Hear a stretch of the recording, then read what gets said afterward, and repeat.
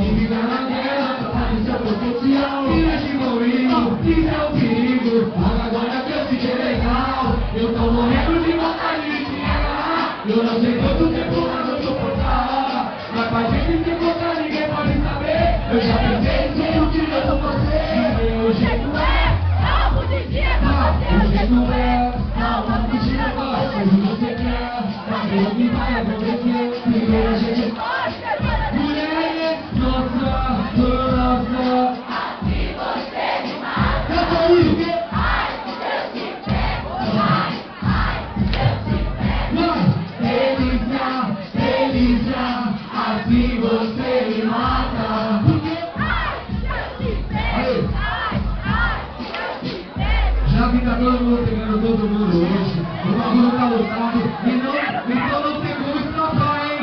A partir de agora, me dá uma alegria. Hoje eu tô na Zona Sul e vai começar. Olha só, eu não tenho como preparado agora, valeu? É que hora que você me apresentou aí, mano.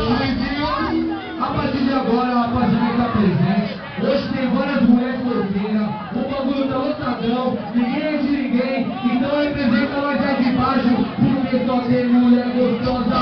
Eu não tô de bobeira, mas entra conhecimento. Toda mulher solteira. O bagulho aqui tá sério. E o baile tá bonito. Você que tá solteira, abre a boca e não me... E pra começar, cadê o bichinho da loirinha? Você que é morena da bichinho. E se perder a linha, já falei a boca da loirinha. Solta. Cadê o bichinho da pretinha?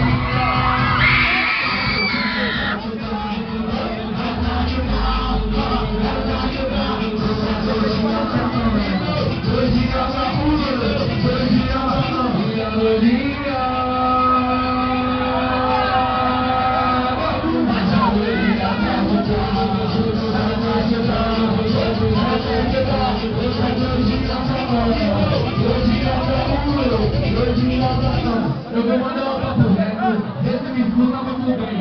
As pretinhas são tomadas e a loirinha são também. Só que o bagulho é novo, não vai ficar de prova. Confesso pra vocês que as morenas